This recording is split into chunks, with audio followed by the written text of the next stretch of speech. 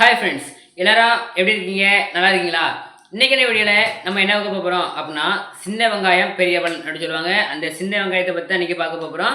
நம்ம அந்த சின்ன வெங்காயத்தை அரைச்சி தலைக்கு தேய்ச்சி ஒரு 20 நிமிஷம் ஊற வச்சு குளித்தோம் அப்படின்னா தலைமுடி வந்துட்டு நல்ல அடர்த்தியாக வளரும், கருமையாக இருக்கும், பொடுகு இருந்தால் நீங்கும்.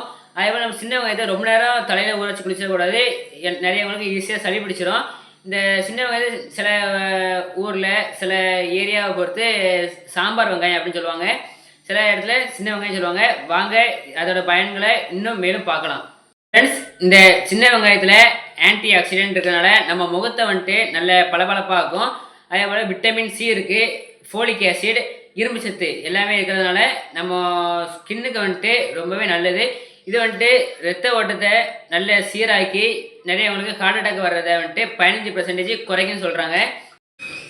ஃப்ரெண்ட்ஸ், இந்த சின்ன வெங்காயம் வந்துட்டு புற்றுநோய் செல் நிறையவங்களுக்கு கேன்சர் இருக்கும். அந்த கேன்சர் செல்ஸை வந்து நல்ல வளர்க்க விடாமல், அதாவது அதை கட்டுப்படுத்தி ஒரு 20% கட்டுப்படுத்தி குணப்படுத்த சொல்லியிருக்காங்க.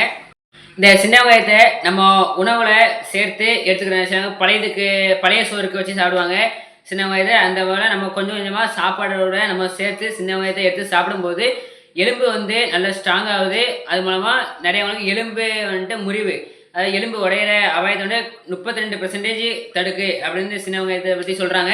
இந்த வீடியோ உங்களுக்கு பிடிச்சிருக்கு அப்படின்னா நீங்கள் லைக் பண்ணுங்கள், ஷேர் பண்ணுங்கள், கமெண்ட் பண்ணுங்கள், மறக்காம சேனலை சப்ஸ்கிரைப் பண்ணிடுங்க. இனிமேல் நம்ம நாளைக்கான வீடியோவில் பார்ப்போம். நன்றி.